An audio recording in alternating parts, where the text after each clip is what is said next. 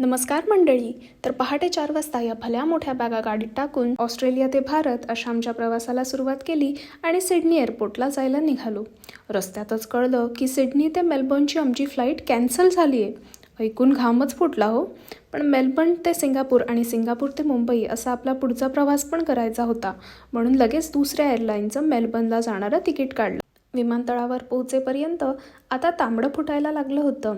पोचताच बोर्डिंग गेटकडे धाव घेतली. तोच कळलं की ही नवीन फ्लाईटसुद्धा डिले होणार आहे. हो, हे सगळं एक ॲडव्हेंचर असल्यासारखंच मला वाटत होतं. मग काय, भूक खूप लागली होती. तिकडेच एका दुकानातून खायला घेतलं. मस्त समोर व्ह्यू बघत थोडा नाश्ता केला. वेळ घालवण्यासाठी काही वेळ कामसुद्धा केलं आणि फायनली आमचं बोर्डिंग सुरू झालं.